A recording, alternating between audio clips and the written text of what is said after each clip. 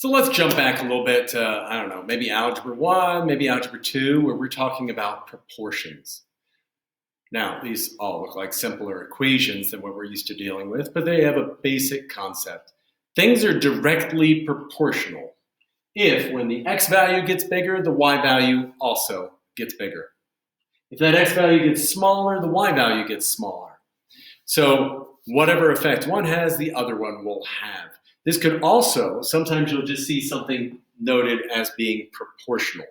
They might not use the word directly, but if they just say proportional, this is what they mean. And something could be really easy, like the area of a circle is directly proportional to the square of the radius. Hey, I know there's one variable here, but there's no reason I couldn't say it's directly proportional to the square of a radius.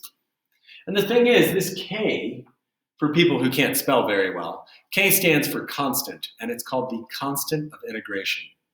In this situation, pi is the constant of integration. Now, we also have things that are inversely proportional, and that is kind of the opposite. For instance, as my age increases, the number of hair follicles I have on my head decreases. As one thing gets smaller, the other gets bigger, or as one gets bigger, the other gets smaller. So they just work in opposite ways. All right, that happens. By the way, this is known as the inverse function, some number over x. And then jointly down here, which some people may not have heard of, just means there's more than one thing that is directly proportional. For instance, the area of a triangle is 1/2 base times height. The area depends on two different variables. It's jointly proportional to those. That is proportions.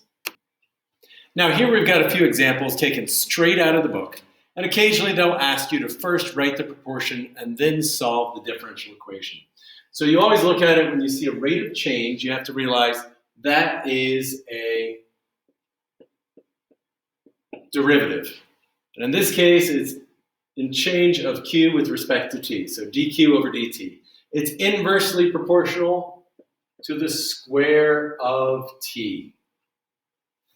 Take a look at these next three, see if you can come up with the answers to them. One by one, here it's done. Number 2, dp over dt. Don't forget your constant k, as annoying as it may be. Even when the letters are annoying, you still do it the same way. And by the way, don't forget the k that's in there. And for a few of those where it said proportional, that means directly proportional. So include that in your figuring out. Now for all of these, you could stop. So once again, I could ask you to solve those four. You just separate the variables. Basically, you have to just multiply both sides by, dt or ds or dx. And you're in pretty good shape. You might have to separate the y over in the last one. But I have one special proportion where there's a shortcut to it, and it's kind of surprising when you see it at first. Very simply, it's this. If the rate of change of any variable, and I'm using y here as an example, the rate of change of y is proportional to itself, meaning the rate of change of y is proportional to itself, we know there is a very quick shortcut that is nothing more than an exponential function. And here's how we know it. Gosh, I hope you can see that green on the board. That's really kind of hard. Sorry about that.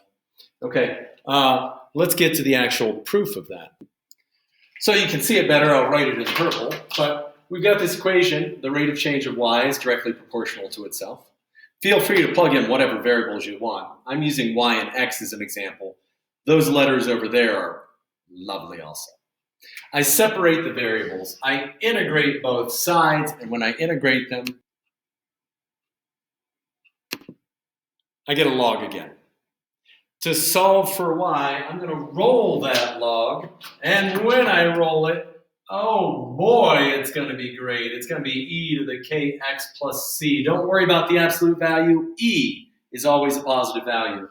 Now, when you realize that this is the same as e to the kx times e to the c, well, guess what? You have a constant in front of it. It's going to look like this. There is your special proportion.